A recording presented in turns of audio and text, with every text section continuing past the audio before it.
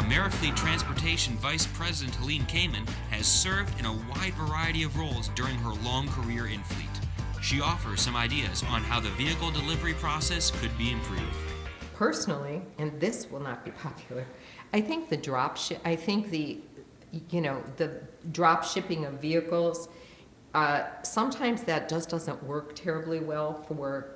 if it's a foreign vehicle because there aren't a lot of dealers. I think there should be some exceptions made in the franchising rules where if you are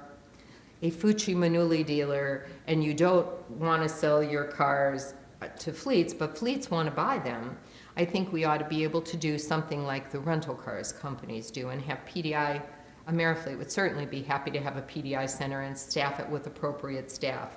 and then we could serve all leasing companies equally when it came to those brands, and the demographics of the fleet industry are fairly solid, about where the concentration of vehicles are. I think it's going to be in the future something that may need to be considered, and I know dealers have been bombarded with change, and anything new may be too much, but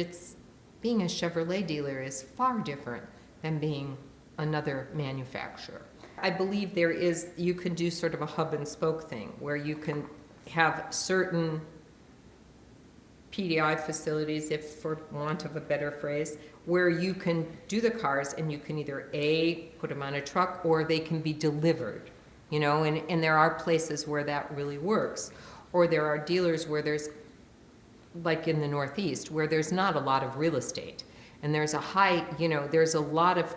selling going on to the normal customer, and keeping a fleet car and then taking the fleet car in return and having it take up their real estate. There's a lot of all around that process that really, if you put it on a flow chart,